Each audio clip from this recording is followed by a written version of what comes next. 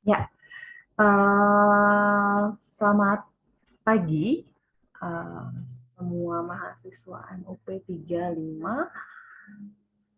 5A, baik 5A1 dan 5A2. Sebelumnya di pertemuan sebelumnya kita sudah membahas dan Anda juga sudah diberikan tugas ya mengenai menganalisis perusahaan-perusahaan yang baik itu startup maupun bukan startup itu untuk melihat bagaimana sih mereka memulai usahanya, tantangan yang mereka hadapi, dan kira-kira sudah sampai sejauh mana sih perusahaan ini berkembang di Indonesia. Dan juga sebelumnya kita juga sudah pernah membahas mengenai definisi dari entrepreneurship, wirausaha atau kewirausahaan itu sendiri.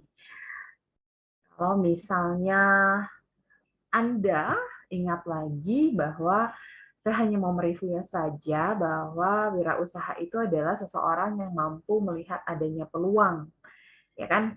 Jadi dia bisa melihat peluang, lalu juga akhirnya dia menciptakan sesuatu gitu kan, sehingga peluang itu dia bisa manfaatkan untuk memulai sebuah bisnis yang baru. Nah, sekarang atau saat ini, pertemuan kali ini kita akan membahas lagi mengenai lebih dalam mengenai gimana karakter seorang wirausahawan ya. Kita akan masuk ke PPT berikutnya, PPT di kewirausahaan 2. Nanti Anda lihat di Google Classroom, materinya sudah saya upload, jadi Anda tinggal lihat. Judul slide pertamanya itu kewirausahaan 2. Ini juga diambil dari bukunya Geoffrey Meredith tentang kewirausahaan teori dan praktek. Cuman saya juga tambahkan lagi dari beberapa sumber-sumber yang bisa menambahkan beberapa definisi mungkin atau masukan-masukan lain. Ya, jadi lebih kaya lagi akan informasi. Balik lagi, saya katakan bahwa silahkan Anda mencari referensi buku-buku lain yang jauh lebih baru, yang jauh lebih banyak lagi, karena itu akan menambah wawasan Anda lagi. Oke? Ya, kita langsung saja kepada slide berikutnya, yaitu kita bicara tentang mengambil resiko. Yang sebenarnya mengambil resiko ini kan sangat identik sekali dengan seorang wirausaha atau wirausahawan gitu ya. Bahwa seorang wirausahawan adalah seseorang yang mampu mengambil resiko gitu loh, dengan tipikal karakter salah satunya adalah mengambil resiko. Kita bicara bicara lagi bahwa kenapa sih dia harus mengambil resiko gitu kan. Ya, karena balik lagi gitu loh, dia itu harus bisa memberikan atau menciptakan atau membuat inovasi dengan kreativitas-kreativitas yang dimilikinya gitu kan, dengan melihat peluang yang ada di pasar gitu kan, kebutuhan pasar gitu. Kira-kira peluangnya apa sih gitu kan. Dia juga bisa menghadapi tantangannya gitu kan, sehingga hasilnya adalah untuk mendapatkan keuntungan gitu loh. Nah, dari karakter-karakter ini sebenarnya ini yang paling dianggap salah satu hal yang sangat krusial gitu, yaitu mengambil resiko yang tadi. Gitu ya. Jadi di sini kenapa dikatakan mengambil resiko katanya? Bahwa seorang wirausahawan betul dia memang harus tipikal atau karakter yang bisa mengambil resiko gitu, tapi resiko yang seperti apa sih gitu? Apakah dia harus berani untuk mempertaruhkan seluruhnya gitu, ataukah dia tahu kapan dia harus berhenti, kapan dia harus lanjut, kapan dia harus berinovasi lagi, atau misalnya meng-create produk yang baru lagi gitu. Nah, di sini dikatakan bahwa karakternya seorang wirausahawan itu adalah dia harus tahu bahwa mereka itu mengambil resiko yang sudah diperhitungkan gitu. Jadi nggak ada seorang entrepreneur yang tidak memperhitungkan resiko yang akan dihadapinya. Betul, memang seorang wirausahawan itu harus menyukai tantangan yang baru gitu ya. Tapi hati-hati juga bahwa semua tantangan itu atau resiko itu juga harus dinilai. Is it worth it or not gitu. Apakah oke kita lanjut lagi di bisnis ini atau kita stop saja, atau bahkan gimana ya kalau kita mulai untuk membuka usaha gitu. Nah, di sini dikatakan dia harus menghindari situasi risiko yang rendah karena tidak ada tantangannya dan menjauhi situasi risiko yang tinggi karena mereka ingin berhasil. Gitu. Next-nya lagi, kenapa dikatakan bahwa wirausahawan adalah pengambil resiko?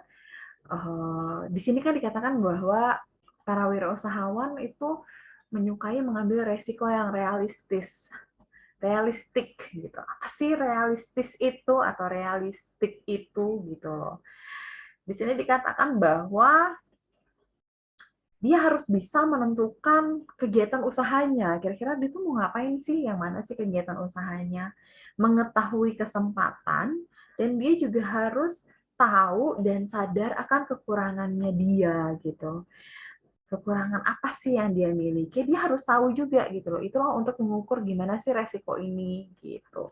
Dan juga dia harus tahu cara memanfaatkan modal dan kekuatannya secara mandiri juga gitu ya. Jadi jangan sampai nanti dia tidak tahu kekuatan dirinya atau kekuatan bisnisnya, dia juga tidak tahu kekuatan apa kelemahan yang ada di dalam diri dia atau di dalam bisnisnya, yang itu akhirnya tidak menjadikan dia menjadi seorang yang realistis gitu.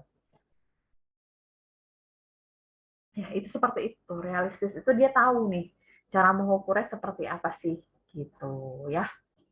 Lalu di sini juga dikatakan bahwa dia juga kalau misalnya pun dia harus mengambil resiko, dia juga harus tahu gitu loh. Sejauh mana sih kekuatan dia, sejauh mana sih kemampuan dia untuk menahan atau untuk menghandle resiko yang akan dihadapi dia. Gitu. Sehingga biasanya seorang wirausahawan yang baik atau yang memiliki karakter yang baik, dia tahu kapan harus berhenti, dia tahu kapan harus lanjut, kapan dia harus untuk melakukan apa ya, membuat strategi yang lain atau segala macam gitu. Oke. Next-nya adalah apa sih itu sesuatu yang beresiko gitu. Kita bicara tadi tentang gimana cara how to handle risk gitu. Sekarang kita tanya, what is risk gitu. Apa itu resiko gitu. Di sini dikatakan situasi resiko terjadi jika Anda diminta membuat pilihan antara dua alternatif atau lebih yang bakal hasilnya tidak diketahui dan harus dinilai secara objektif. Situasi ini mengandung potensi kegagalan dan potensi sukses. Semakin besar kemungkinan kerugian, semakin besar juga risikonya. Ya, ini pasti ya. Lalu di sini dikatakan Anda harus menggunakan intuisi Anda dalam menilai tindakan apa saja yang mengandung resiko. Intuisi Anda akan ikut menentukan sampai sejauh mana resikonya dan hasil-hasil yang mungkin diperoleh. Faktor-faktor yang paling ini salah tulis nih, yang terwujud itu adalah bakat dan kemampuan dan pengalaman lampau Anda sendiri. Gitu.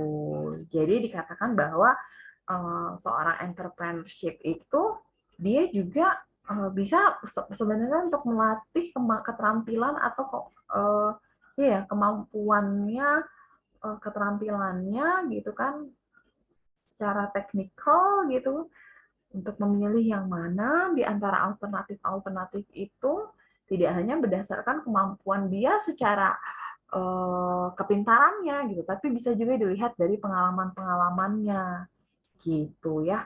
Pengetahuan dan pengalaman itulah yang nanti akan menjadi pertimbangan seorang entrepreneur untuk melakukan pemilihan keputusan atau pembuatan keputusan yang mana sih gitu ya. Bisa juga dikatakan bahwa seorang entrepreneurship itu dia harus bisa atau pandai mengelola ketakutannya. Saya pernah baca dalam buku gitu kan, bahwa seorang karakteristik seorang smart entrepreneurship itu dia pandai, dia bisa atau pintar mengelola ketakutannya gitu loh. dia ini bisa, dia harus mampu membangkitkan keberanian di dalam dirinya untuk mengambil resiko dan percaya diri dalam menghadapi resiko tersebut gitu. Dan tidak menjadikan ketakutan itu menjadi akhirnya alasan seorang entrepreneur itu menjadi gagal dan mundur gitu. Nah, ini juga gitu loh. Seorang entrepreneur juga dia mampu untuk melawan arus gitu kan, dan juga menyukai tantangan yang baru.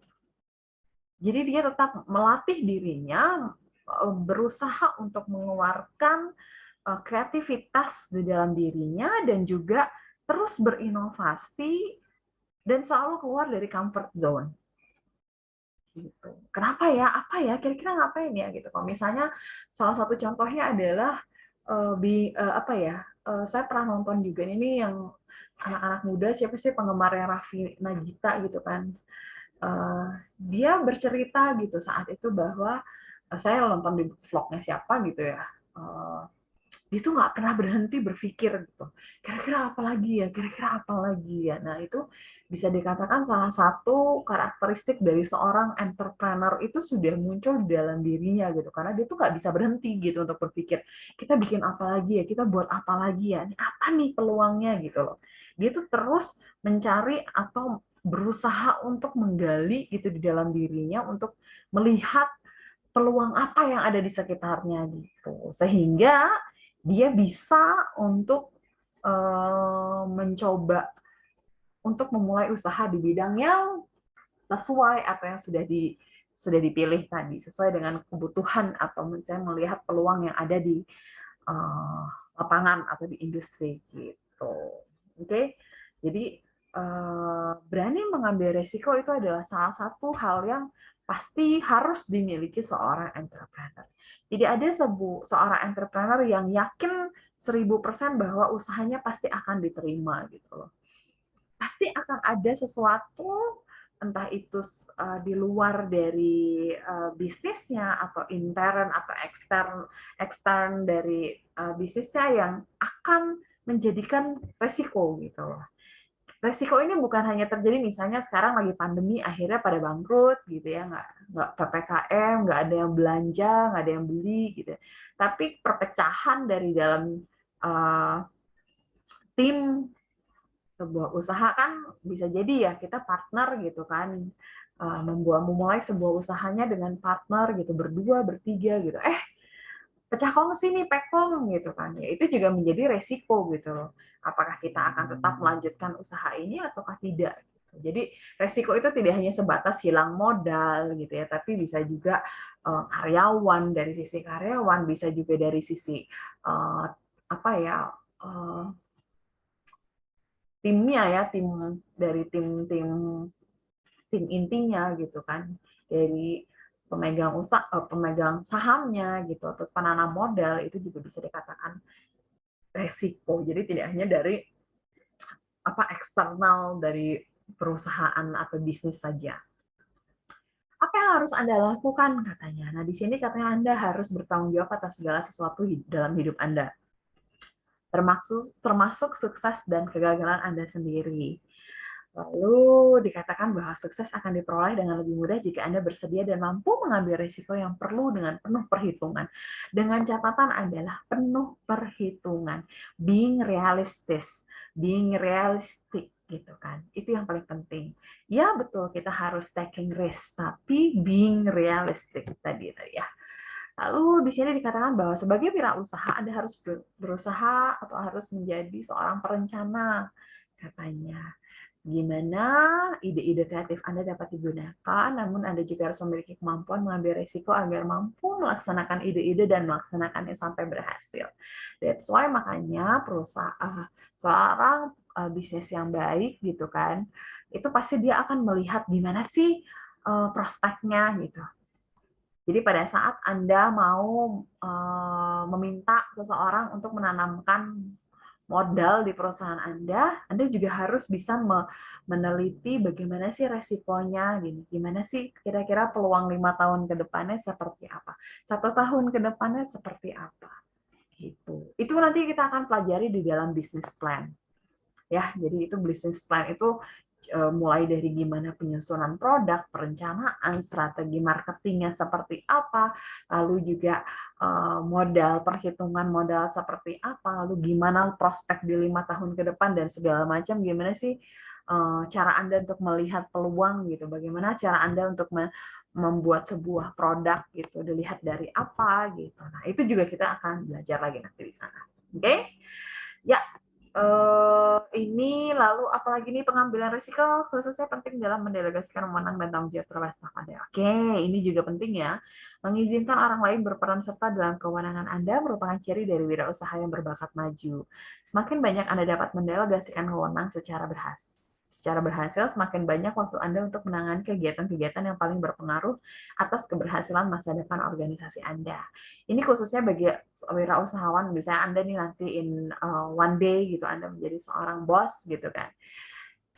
Pengambilan resiko juga bisa berupa, tadi ya saya katakan ya, bahwa tidak hanya secara eksternal gitu loh, tantangan-tantangan yang dihadapi oleh perusahaan atau bisnis Anda, tapi di dalam perusahaan Anda juga.